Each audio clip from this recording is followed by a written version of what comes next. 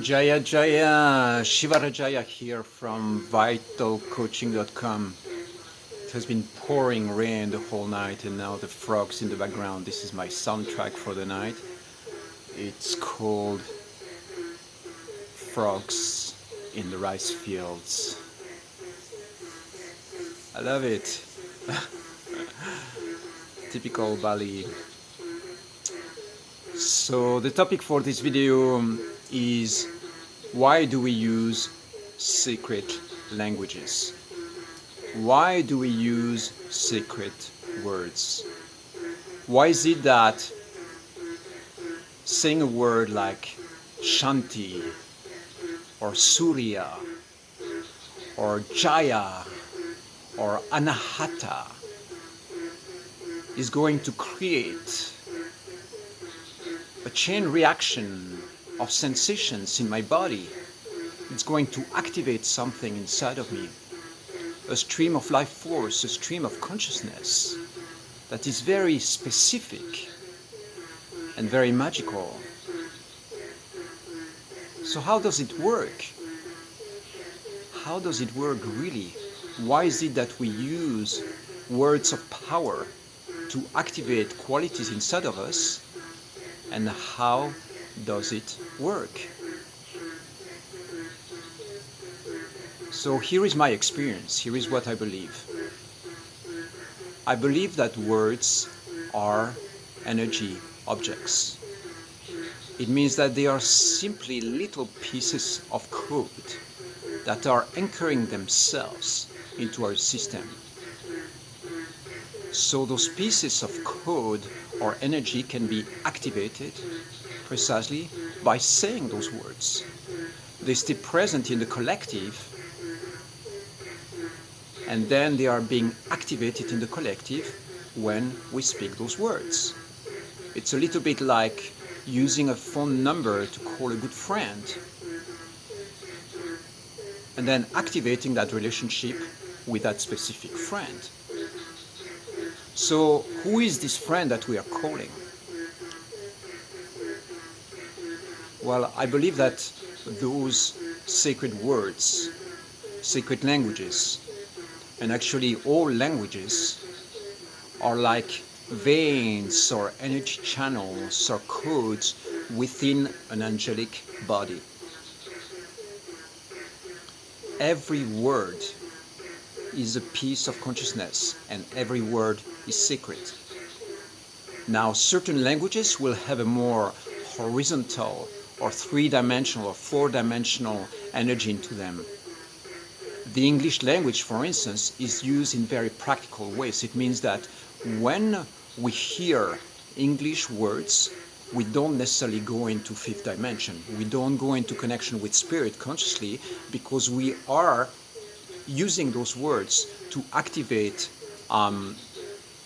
very practical concepts. It means that we use English to communicate in very practical ways, or in romantic ways, in poetic ways, or artistic ways, but it doesn't necessarily go and establish a connection back to source, which is very different than the Sanskrit language. When you look into Sanskrit words, you will notice that, for instance, just for the name of Shiva, the names of Shiva, you will have 1,000 different words that express the relationship that you can have with that energy, with the divine energy of Shiva, and the same with the energy of Kali, and the same with the energy of Durga, or the energy of Lakshmi. So you have thousands of words that are there to inspire your connection with the sacred and the divine.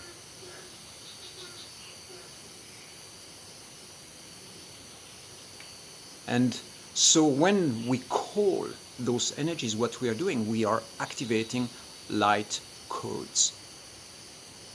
If you start writing Sanskrit calligraphy, learning the script, you will notice that after a while of using this calligraphy and learning the script, you will feel an outpour of light coming to your field. Why? Because this is the frequency that is being activated. Imagine that every language is being sponsored by a field of intelligence, a spiritual field or an angelic field. And every angelic field has a different frequency or a different set of qualities. And so those veins of energy within this angelic body that we're activating are going to embody themselves within us. This is why when we use a word like Shanti, Shanti, Shanti, Shanti, it's calling in the energy of peace. And this energy of peace is going to embody itself in our system. And by doing that, then we activate a relationship with this very, very good friend that is the spirit or the angelic power that is owning or activating this specific frequency. But this is not the end of the story. The angelic forces are messengers, or they are this energy reality that stands between humankind and deities, gods and goddesses. So you have different hierarchies of beings. So by activating this energy reality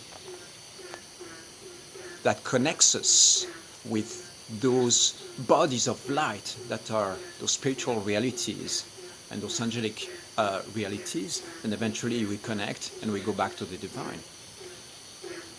So imagine that those code words, precisely a word like Surya or a word like Shanti, is given to humankind as an access point to go back to the divine. When I say the word, for instance, Nirvana, Nirvana, which is this ecstatic state of being when you are back connected to Source, you are in a state of Nirvana. Nirvanaya. See, there is something magical that is happening. Even simple words that you already know. For instance, when you use the word yoga, yoga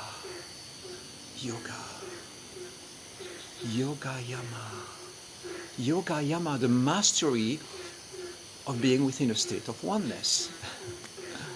See, all that has profound magic when we start reconnecting back to really the original source and the original meaning of what all this represents in our field.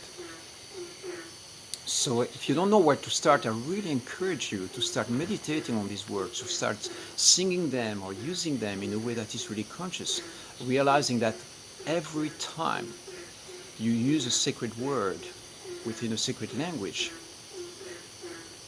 you are activating a prayer, you are activating a meditation, you are consciously playing with magic. You are consciously activating a relationship to spirit, to the divine powers that are activating your consciousness and reconnecting you to Source and to the divine. That's beautiful, right? Imagine how much power we have in our hands right now.